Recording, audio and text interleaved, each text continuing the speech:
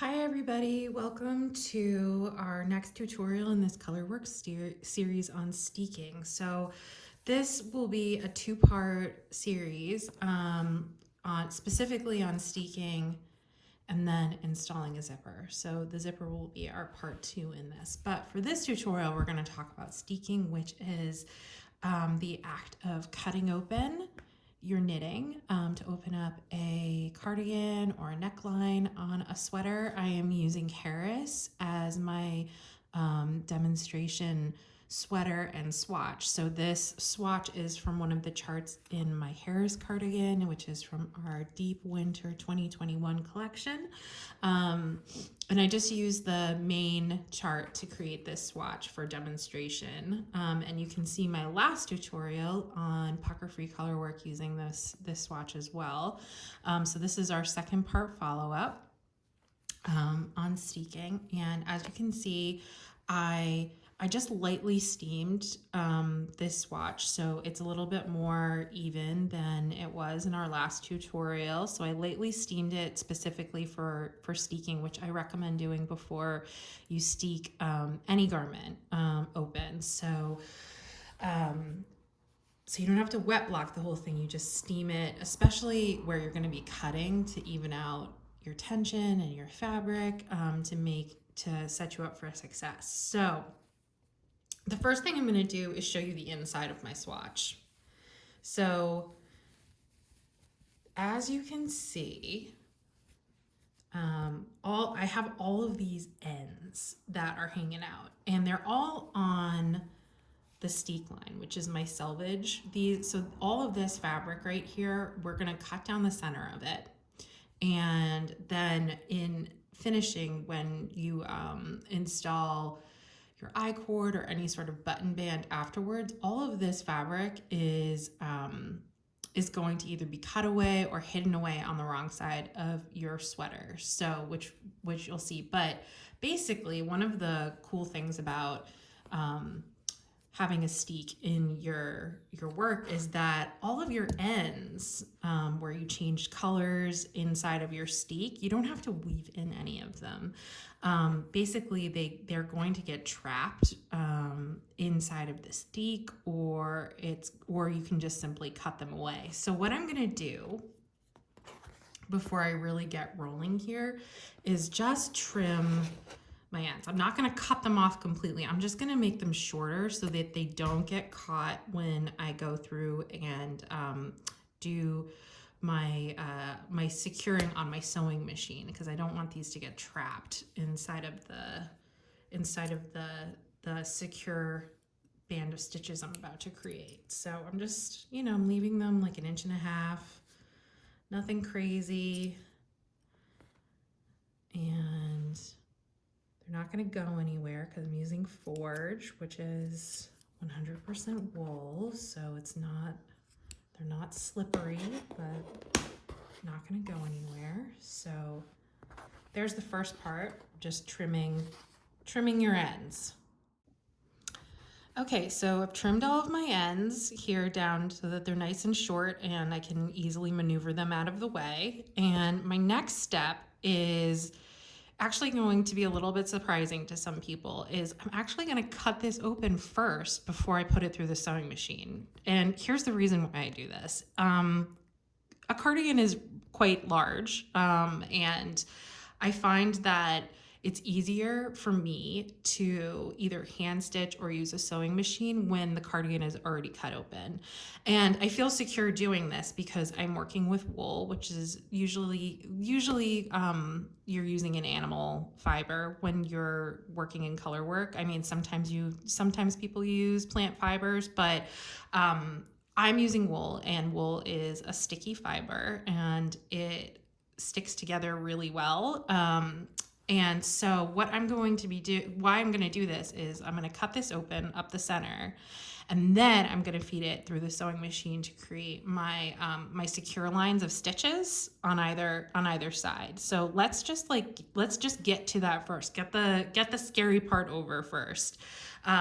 So my recommendation, especially if you're cutting open your finished, your own nearly finished garment, is to go and grab yourself book or some piece of cardboard or something to put in between the layers of your fabric, because the last thing that you want when you're cutting open a steek is to accidentally snip the other side of your fabric. So let me just go grab a book or something small enough to fit inside of here to act as a protective barrier. And I found the perfect size book to fit inside. This book is a cocktail book that my best friend gave to me years and years ago, but it just happens to fit perfectly. Here, like, make sure it doesn't catch on any of my floats. Oops, sorry about the camera shake. Let me put this on. So there's my little protective barrier book right there. More functions than one. So I'm just gonna do the scary part first. So what I'm gonna do is just cut directly up the center of my steek. I'm just gonna follow the stitches. So you see how there's these little V's? I'm just gonna follow up the center, beep, beep, beep, all the way up, and cut this guy open. And just go for it. It's just knitting, you know?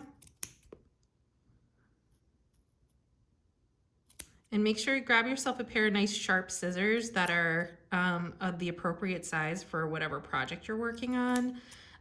These are pretty much just the right size for this. I wouldn't go any larger than this, just for the sake of my sanity. You could even go smaller than this, which would be fine. Sorry, this is like a funny angle to be cutting on, so I'm just gonna twist this. You can see what I'm doing here. Yeah, I'm just getting in there. Cut.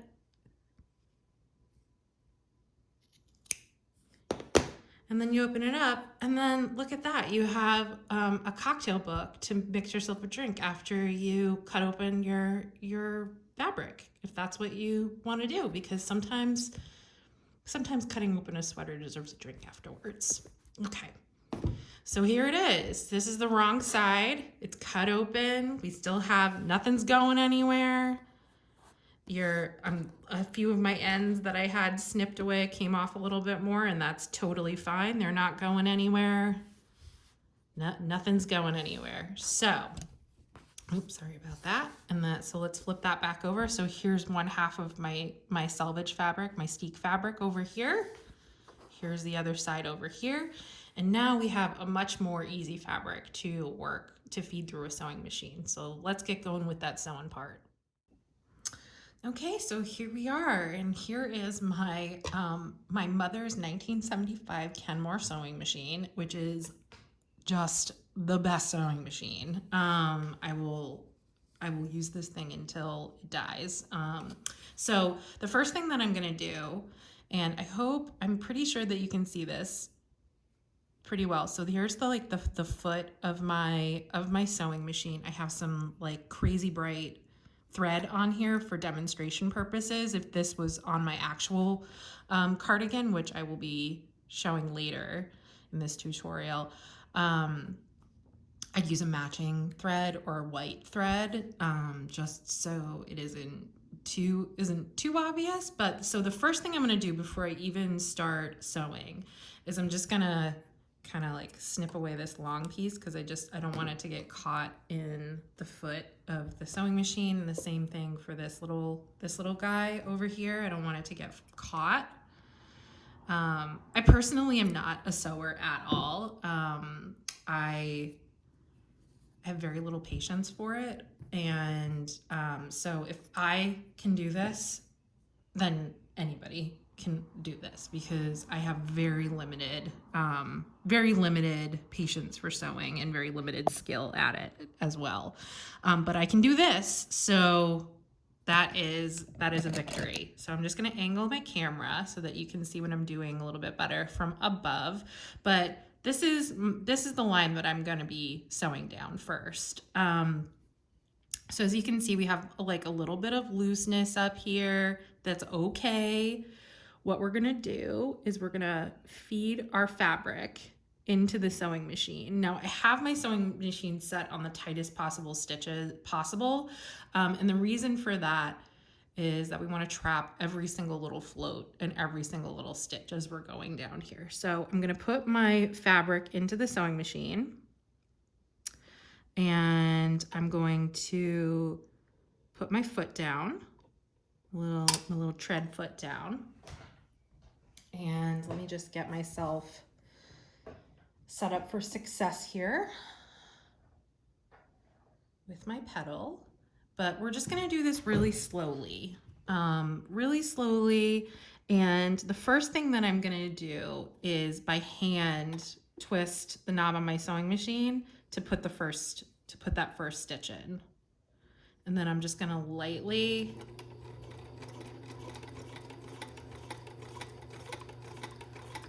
see, we're not going fast here. We're just letting the sewing machine do the work. We're just guiding the fabric. So we're just going down that same line of stitches. And that's the great part about knitting, is that it creates this V shape, a line of V's for you to be able to follow.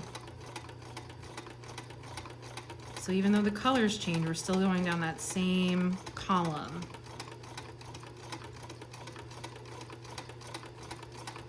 All the way to the end. I'm just gonna slow down a little bit. I'm just gonna do this last little bit by hand. I'm gonna pick that up. I do have a little knife thing on the back, but oops, sorry about that. Sorry about the camera shake. Snip.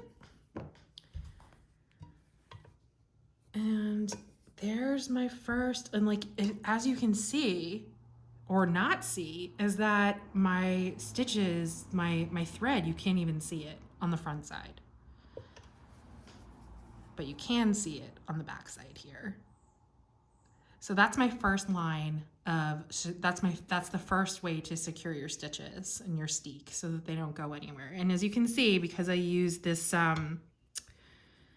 because I set my sewing machine so small with the stitches, every single thing is cut. It's trapped. But just for safety's sake, I'm gonna do another line of stitches. Hang on just a second, I'll show you.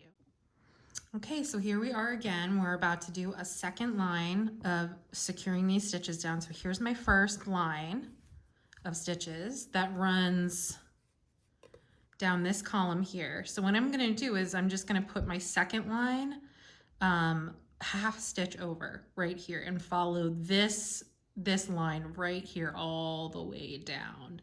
And the reason why I'm doing this is just for my own sake, for my own sanity, make myself feel better, make sure that all of I've done as much as I can to make sure that my stitches are secure, because we still have a lot of finishing to do at this point on this sweater, which includes picking up an I-cord, attaching the neckband. So I just want to make sure that all of the tugging that I'm going to be doing and picking up stitches over this line of this steek line here, and they're just going to stay in place no matter what I do, and I don't need to worry about it.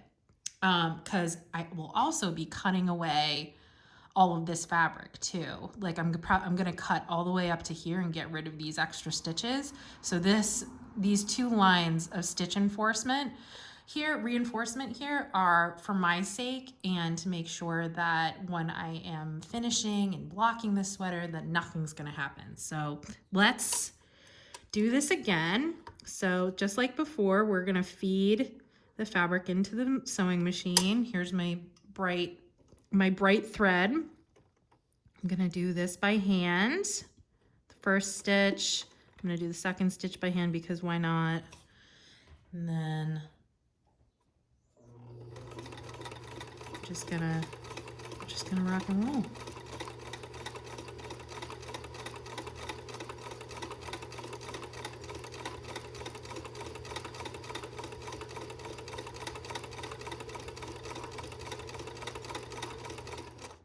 Slowing down a little bit.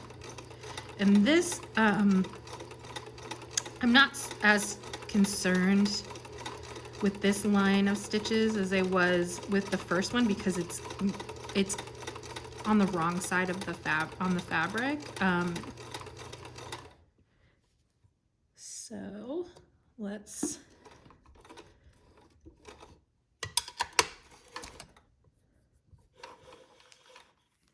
just cut that here. Like I said, not an expert when it comes to sewing, so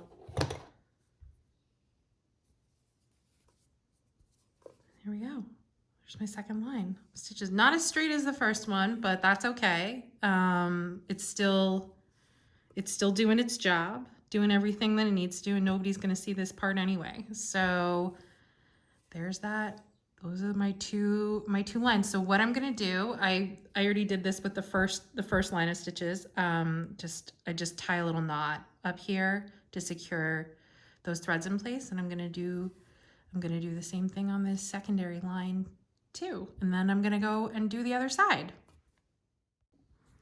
Okay, so here we are with our finished demo swatch for Harris, and as you can see, we are cut open.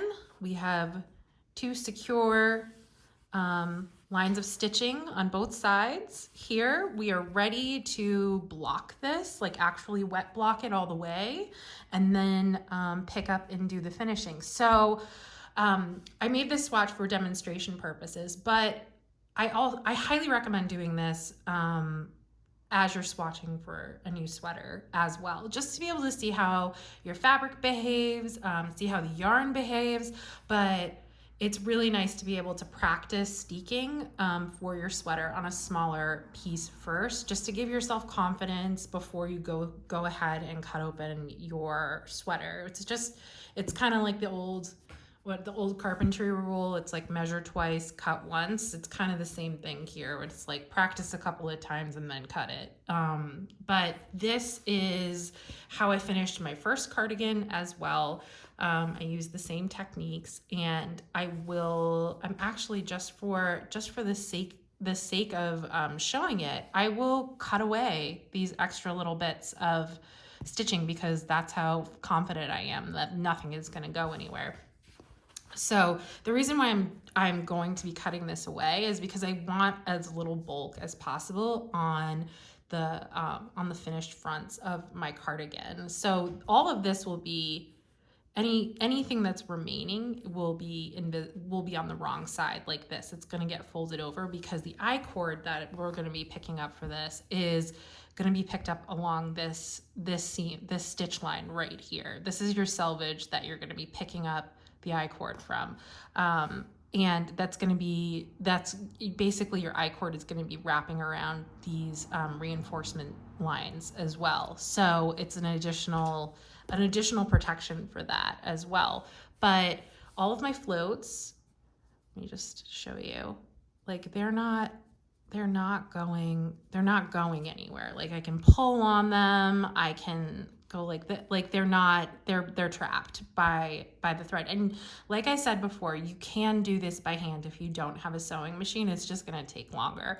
But this is you're absolutely capable of doing this, just doing hand stitching with a needle and thread.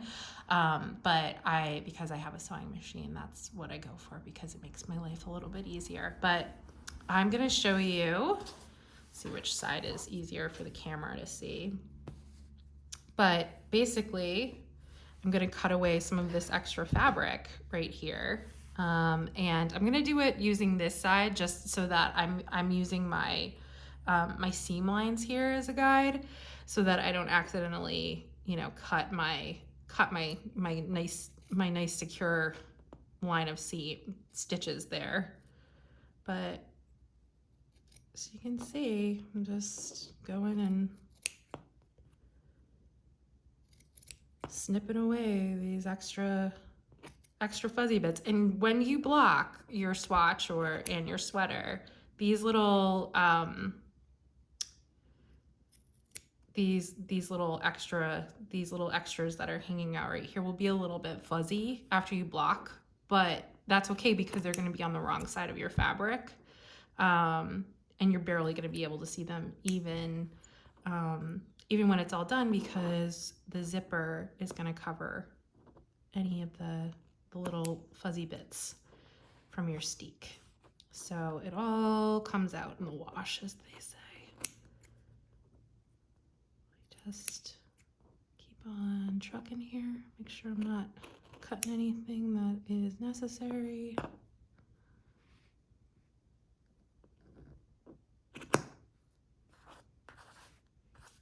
There's my extra fuzz. Kaboom! All ready to pick up an I-cord right here. And like I said, are they going anywhere? Nope, nobody's going anywhere. Everybody's hanging in. Even over here, everybody is just securely in place and not going anywhere. So if you do this and for some reason one of these little guys starts scooting outside of your stitch, which I don't think is going to happen, especially if you have your sewing machine set on such a small setting and you do 2 lines of stitches like this. But if that does happen, don't freak out, and you can just take a needle and thread and stitch down any loose bits, and it'll be fine. It'll stay in place. I've had that.